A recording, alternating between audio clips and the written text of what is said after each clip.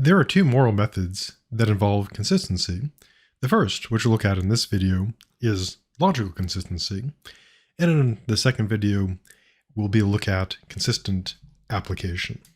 So looking at logical consistency. So the concept is this. In logic, it's a relationship, consistency is a relationship between two or more claims, but to keep it simple, we'll just stick with two. So two claims are consistent when both can be true at the same time. To use like a simple example, it's if you take the claim I'm recording this and the claim that right now it's a Monday, which it is, those claims are consistent. They can both be true. And the relationship of inconsistency is also a relationship with two or more claims. But again, we'll just stick with two. So two claims are logically inconsistent when both cannot be true at the same time, but they both could be false. So, for example, if I say I'm recording this on Wednesday and recording it at the same time on Thursday, those both can't be true. I can't be recording at the same time on two different days of the week. But of course, both could be false, which they are because as I'm recording this, today is Monday. They might have heard of the term of contradiction, and people sometimes use contradiction when they mean inconsistent and vice versa. And contradiction in logic is a kind of a stronger relationship. Strictly speaking, two claims contradict each other when one must be true and the other must be false. So the claim today is not Monday and the claim today is Monday, those are contradictory. One's got to be true, one's got to be false. Because of any day of the week, assuming, Monday through, Sunday calendar, it's either going to be Monday or not Monday. So that's the big basis of consistency and inconsistency, logically speaking. So what are the kind of implications of inconsistency? Well, if a person makes inconsistent claims, at least one of those claims in the set must be false. And of course, multiple could be false and they all could be false. If someone accepts principles that are inconsistent or entail inconsistent claims, then at least one of those principles must be flawed in some manner. And this, of course, assumes that the principles actually have truth values. A part of the debate in ethics is, do moral claims, are they actually true or false? Now, consistency and inconsistency also applies to things like moral theories. Moral theory needs to be internally consistent because if the theory has got the claims on that it can't all be true, that would be a problem for the theory. And in general, it's irrational to accept inconsistent claims if they're inconsistent. Now, of course, then leads to the question of if claims are inconsistent, but you don't know which one is false, then the thing to do is, if you can, suspend judgment about them. Now, if the two claims are inconsistent, you don't automatically know which one is false. You just know they both cannot be true. Now, turning to the method itself. So the method works like this. If you're using the method of inconsistency, then what you do is essentially two steps. And this is primarily an attack method. You generally would not use logical consistency to argue for your position. You'd use it to show there's a problem with someone else's claims. So for inconsistency, the first step is show that two claims are inconsistent and conclude that they both cannot be true. In the case if you can show there's actually a logical contradiction, you would show that two claims contradict each other, and then you must conclude that one must be true, the other must be false. And you might not know which one is, which one is true, which one is false, but at the very least, if you can show inconsistency, they both can't be true, and if you can show contradiction, you would know that one's got to be true, one's got to be false. Now, in terms of using this as an argument, here's how you typically use it in the context of ethics. So in the case of inconsistency, you would build the following two-step argument. You would establish, perhaps with another argument, that one claim is inconsistent with another claim that's being made, then you draw the conclusion that those both cannot be true.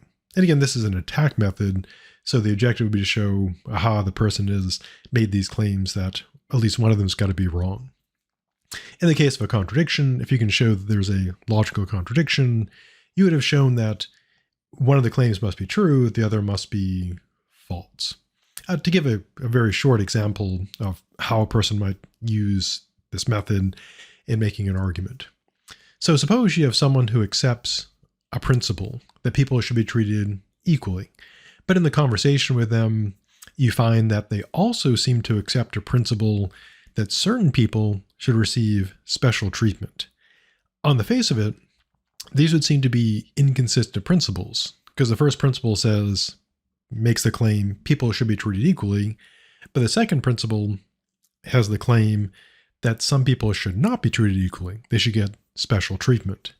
So this would result in an inconsistency, and the person's view could thus be criticized, and it would have been argued that at least one of those has to go. They cannot consistently accept the principle that people should be treated equally, and that the principle that people should receive special treatment. However, there are ways to counter such criticisms, to respond to a charge of logical inconsistency, and even potentially contradictions. So how is this done? Well, if you are criticized with this, if you're on the receiving end, attacked by it, or if you're employing it to criticize someone else, here's how you could either defend yourself against such an accusation of inconsistency, or how someone else could, in good faith, defend themselves. So one option is not really a defense, but it is an option. This rarely occurs, but a person might say, aha, you've shown I'm inconsistent. I've realized the error of my ways, and I shall abandon my inconsistent claim or principle, which in theory could happen.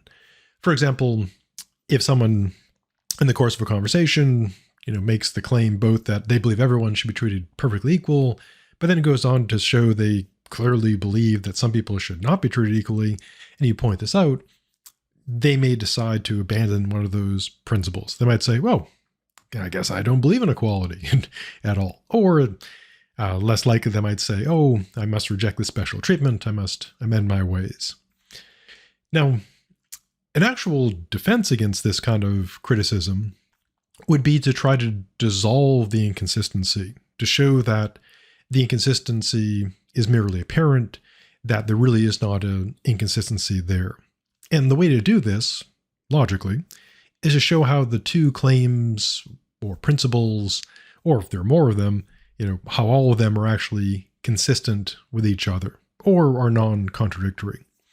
So as a quick example, going back to the, short example of someone claiming, suppose in the course of a conversation, if someone says, oh yes, I believe in equal treatment of people, but then they say that they believe that there should be special parking places for some people, there should be, ramps in public buildings, etc. And someone might criticize them saying, oh, you're supporting special treatment. Some people get these, really nice parking spaces, and then you have these ramps, put in place for some people. You can't believe for,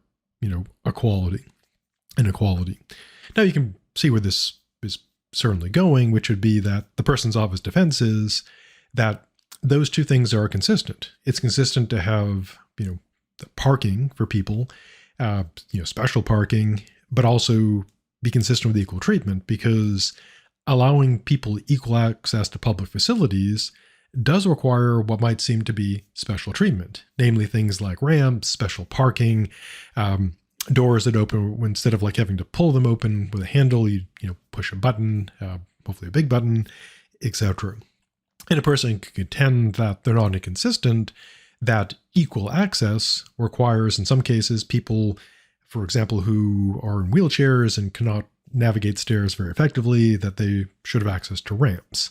And of course, they could also point out that, ramps are generally not, excluding people who can walk up them.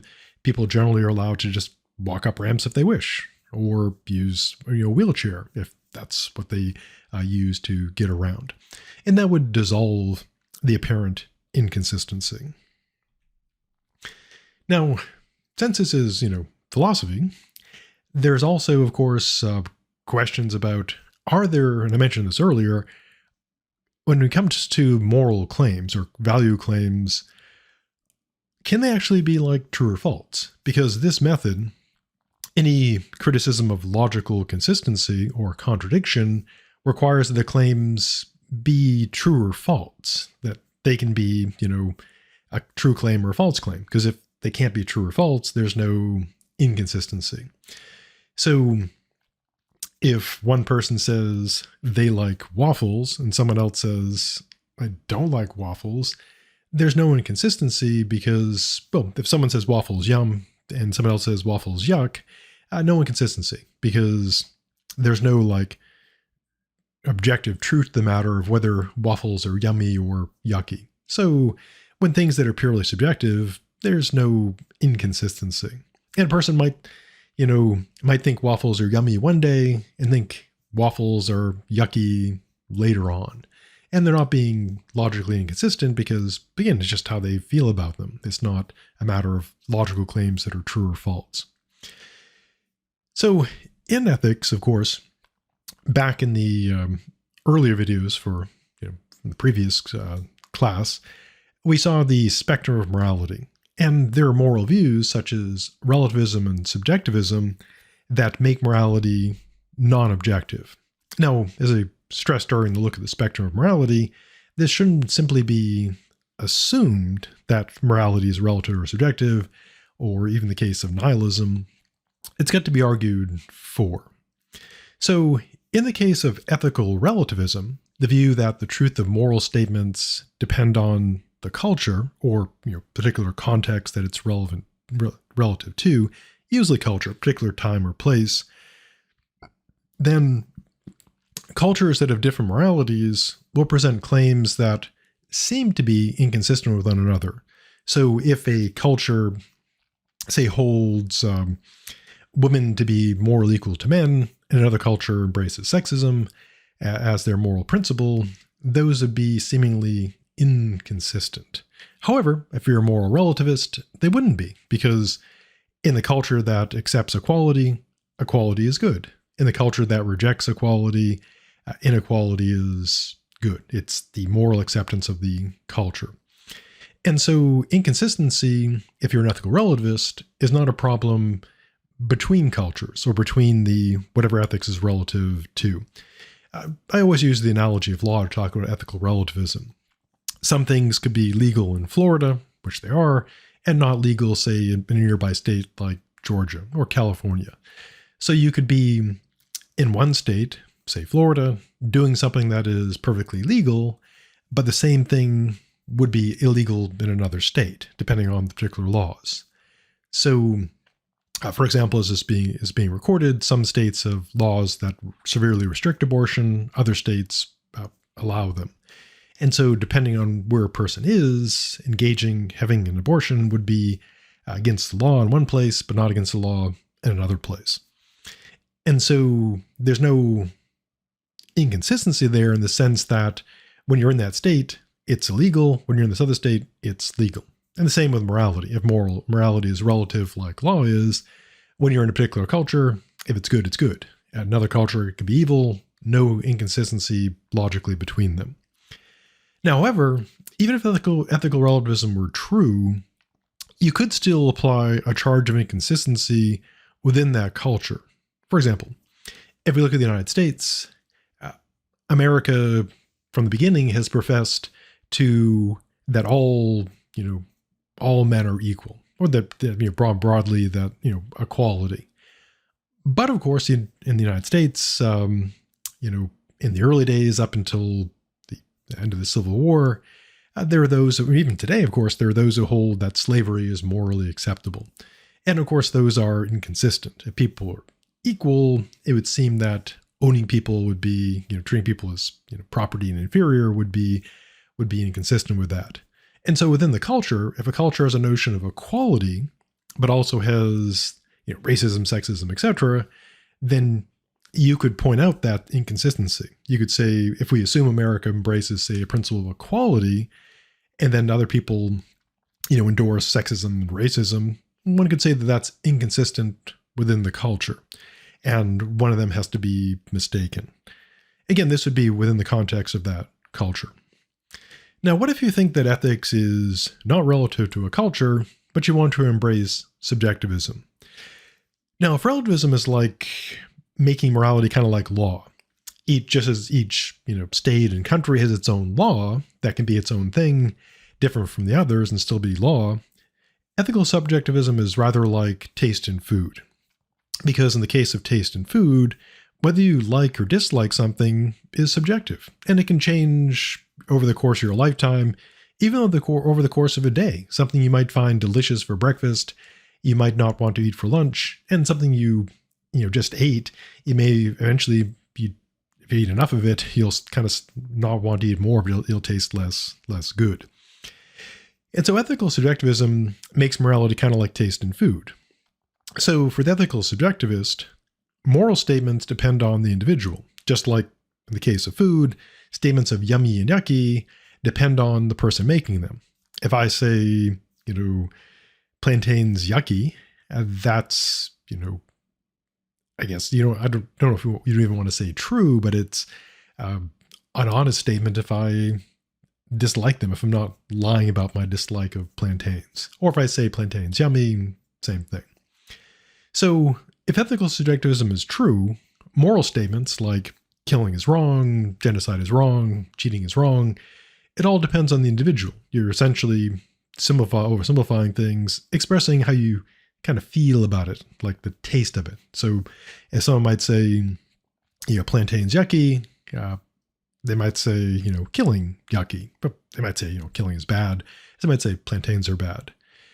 So if you have individuals presenting claims that are seemingly inconsistent, one person says killing is okay, one person says killing not okay, they're not being logically inconsistent because there is no consistency, in the sense that there's no objectivity there. So just like if someone says pancakes yum, waffles yuck, and someone else says the opposite, they can all be like right or not wrong.